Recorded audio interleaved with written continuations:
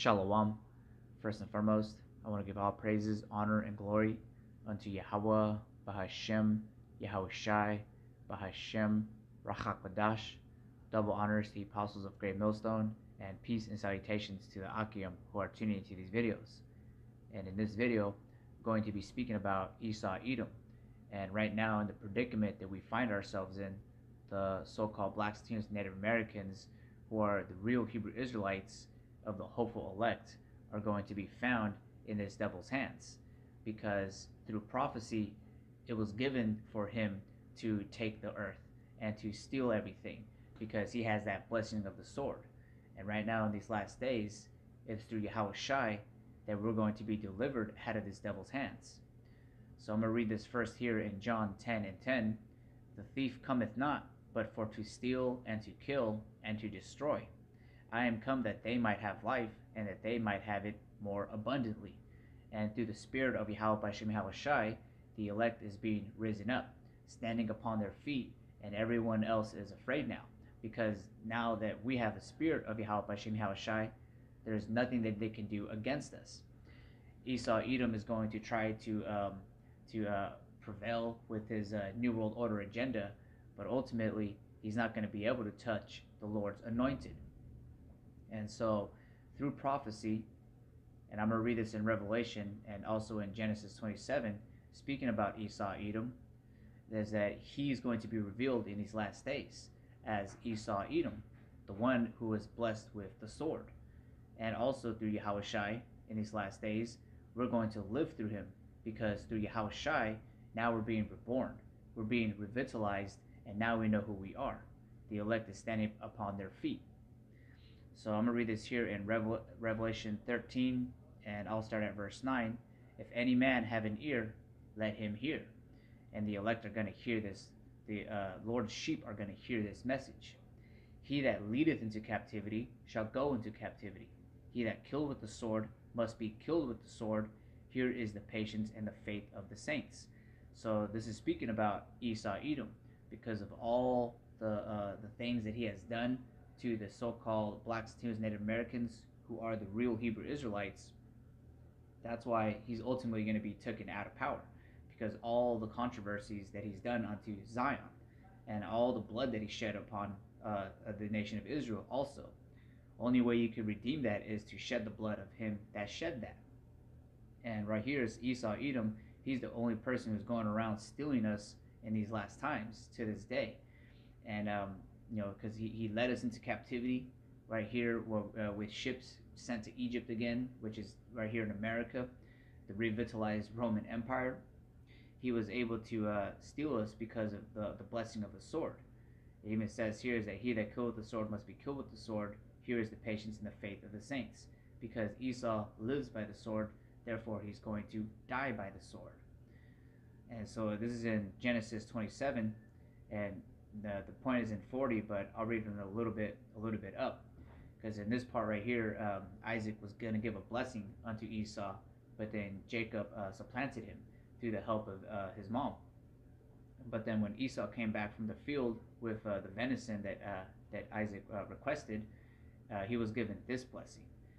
So I'll read from Genesis 27, and I'll read at verse 37. It says, And Isaac answered and said unto Esau, Behold, I have made him thy lord, and all his brethren have I given to him for servants, and with corn and wine have I sustained him, and what shall I do now unto thee, my son?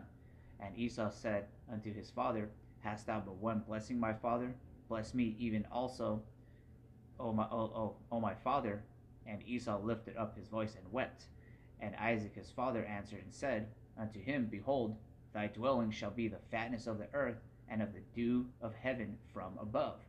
And Esau definitely got that blessing. He's got the fatness of the earth right now. He's the one who is at ease and is not troubled right now, because this is his time to rule. He was able to conquer all the lands during the 15th century, when it was the three empires, the Spanish, the French, and the British, and then along came the American Empire. And that's all Esau's blessing. He was able to take the fatness of the earth, even the dew of the heavens, because he was the only one who was able to build planes and go into the stratosphere and do all these things, so-called, even go to the moon. So this is the only person out here doing this, but it's all through the blessing of the sword, because what he was doing when he was over there in Europe, he did that also here in the North Americas, as he coveted everything and took everything by violence. That's why he really was on top, because of all the resources, and he subjugated all these people that no one else was going to be able to be on top of him. It was only Esau Edom at this time who was going to benefit from the fatness of the earth. And in verse 40 it says, "And by thy sword shalt thou live, and shalt serve thy brother, and it shall come to pass, when thou shalt have the dominion, thou shalt break his yoke from off thy neck." And so right now we're seeing prophecy speak, is Esau Edom having the fatness of the earth, and now this is about to come to pass, is that he's going to serve his younger brother Jacob, because that's what was said here. That's part of the blessing. And I'm going to read from this part here. It says that thou shalt break, I'll read from verse 40 again. It says, "And by thy sword thou shalt live, and shalt serve thy brother, and it shall come to pass, when thou shalt have the dominion." Right now he has the dominion. Even right now with the whole agenda that he's pushing, that he's going to implement the whole device with the Internet of Things, he's basically lining up the rulership for the nation of Israel. We have next. It says, "When thou shalt have the dominion, thou shalt break his yoke from off thy neck." And so Esau Edom ultimately is not going to be able to stop this prophecy, because the elect has been sealed. The elect are standing upon their feet, and they were durst afraid. And there's nothing this devil can do, because at one time he was able to prosper with the sword. He even goes into the scriptures here about this devil. And these are all things and indicators for us to see who this devil is, and to see the times that we're in right now. And Esau Edom, he's just about done living his rulership, because once he's got everything, he has to break that yoke off her neck.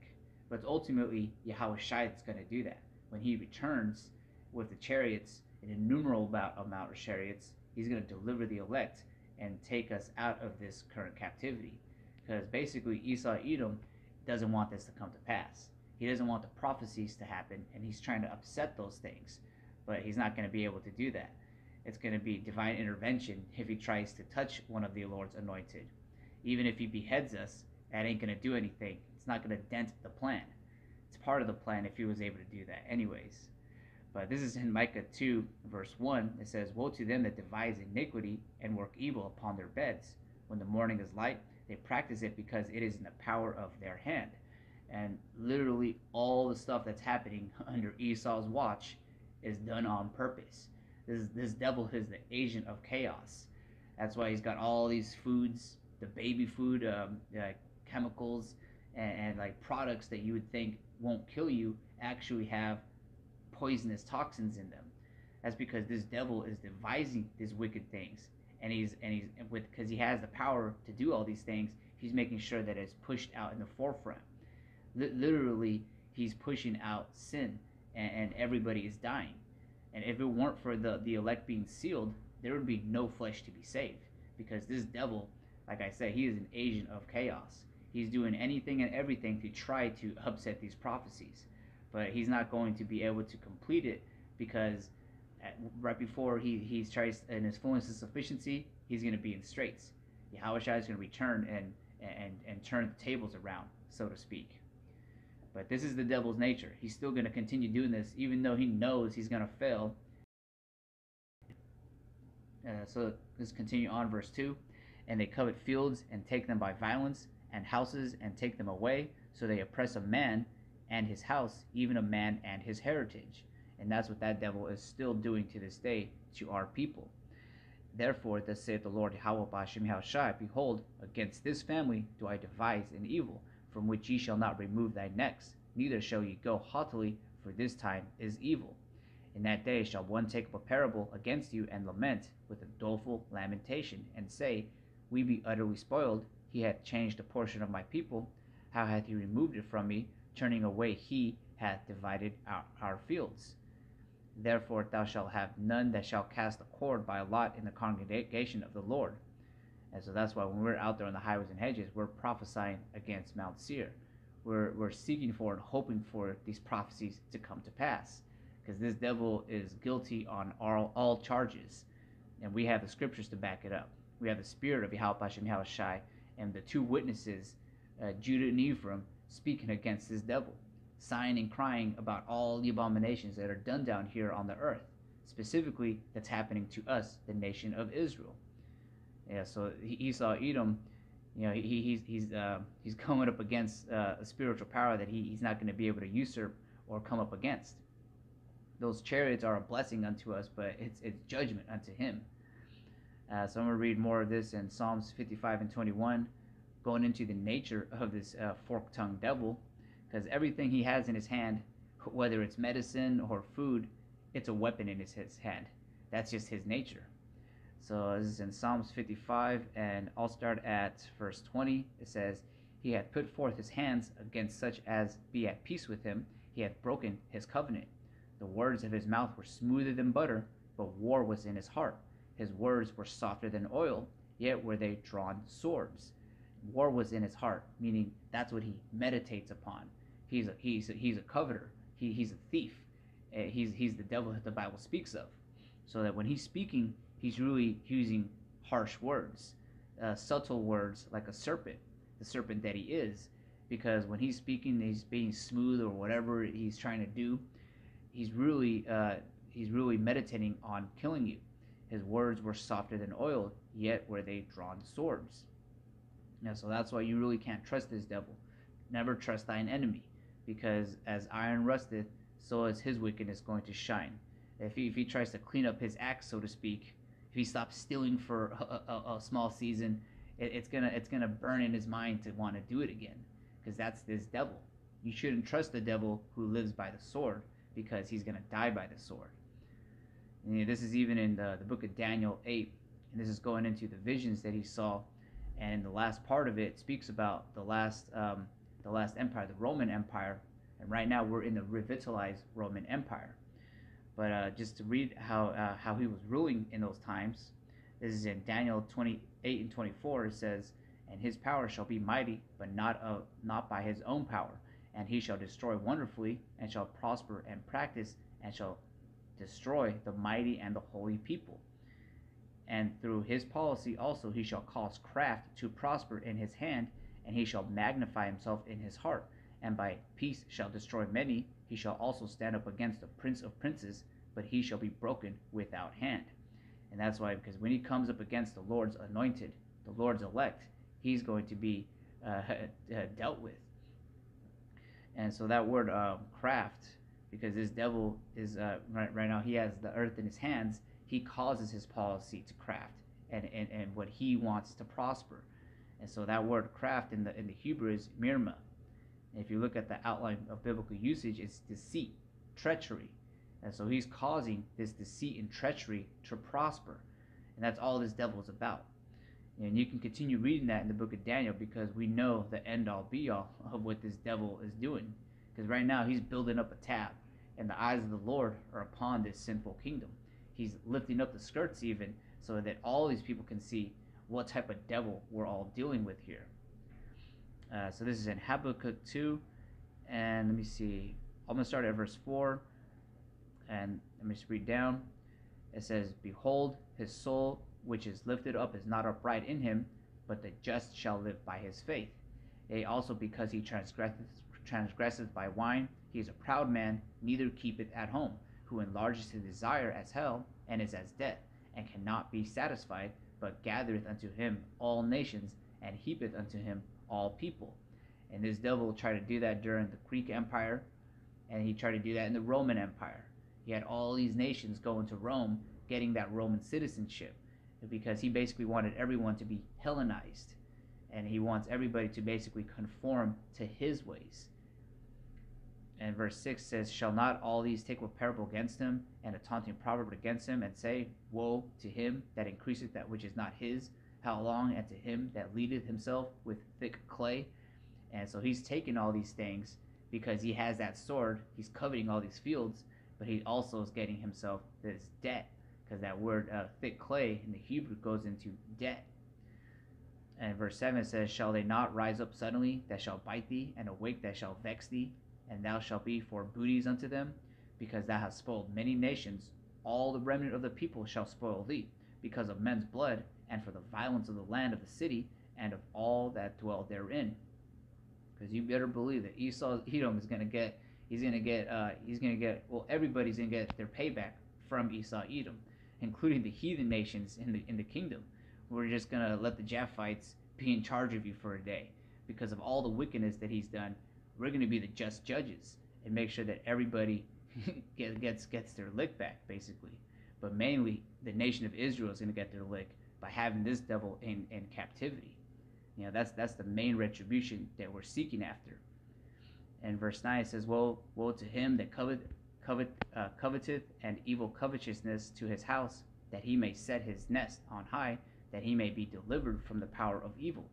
Thou hast consulted shame to thy house by cutting off many people, and hast sinned against thy soul. I'm going to continue on. The last point I want to get is in verse 12. But verse 11 says,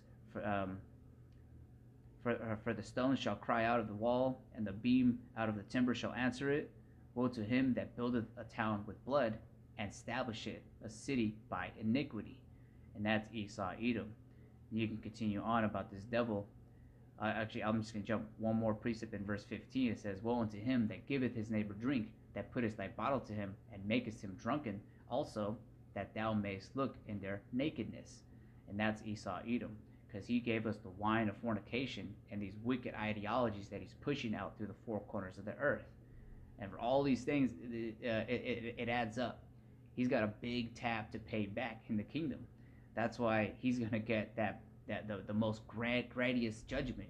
Is he's going to build a foundation of the kingdom for 1,000 years, and then he's going to be chased out of this earth. And that's just for the things that this devil has done. So this is in Isaiah 14, and let me see. I'll start at verse 18. It says, all the kings of the nations, even all of them, lie in glory, everyone in his own house. But thou art cast out of thy grave like an abominable branch, and as the raiment of those that are slain, thrust through with the sword, that go down to the stones of the pit, as a carcass trodden under feet. Thou shalt not be joined with them in burial, because thou hast destroyed thy land and slain thy people. The seed of evildoers shall never be renowned. Prepare slaughter for his children, for the iniquity of their fathers, that they do not rise, nor possess the land, nor fill the face of the world with cities. And so you have to understand what this means there. It says, prepare slaughter for his children, because the sins of the father is really going to be inherited from these Edomites, because those are those Edomites coming back in the reincarnation. These devils aren't going to just get away with all the wickedness they did in the 15th century, the 16th century, 17th century, 18th, 19th, the 20th century. They're not going to get away with that. And that's why the Heavenly Father is going to put them right back here so that they could serve their judgment, their time in jail, so to speak. Verse 22, it says, for I will rise against them, saith the Lord of hosts, and cut off from Babylon the name and the remnant and son and nephew, saith the Lord. I will also make it a possession for the bittern, and pools of water I will sweep it with the besom of destruction, saith the Lord of hosts. And in verse 22 it says here that he's going to cut the remnant, the son and the nephew, meaning that all the men of the nation of Esau Edom are going to be cut out, uprooted, so that branch can be no more in existence. And this is basically that judgment that is given unto this devil, because he lives by the sword, therefore he's going to die by the sword. He's going to be chopped down like a tree. But with that, I want to give all praises, honor, and glory unto Yahweh, Ba'ashim Yahweh Shai, Ba'Hashem Rachak Wadash, Shalom Akim.